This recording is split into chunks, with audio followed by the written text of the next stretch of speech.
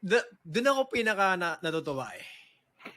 Kasi maraming tao, yun talaga yung pinaka-problema nila, na ang dami nilang walls na nilalagay sa pag-umpisa Harap nila, oo. na hindi naman talaga walls. Ulitin ko, tama yung sentence ko pala.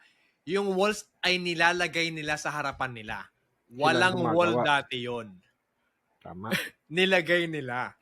Sabi niya, kasi, ganito eh. Kasi nangyari, siguro nakipagkwento sila sa barkada nila, sa kakilala nila, sabi nila, gusto mo gusto ko lang gumawa ng content eh.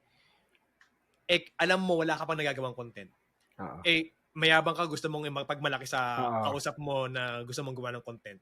Alam mo, nakita ko kung ang laki ng kita sa mga gawa ng content eh. Gusto mong gumawa ng content, kaso lang, sa gumana ng itik, gumana yung utak mo, nilagyan mo ng wall. Dude, wala kasi akong tools eh, wala kasi akong ganito eh, mahihain kasi ako, introvert kasi ako, ganito kasi ako eh, baka kasi may ganito, ganyan eh.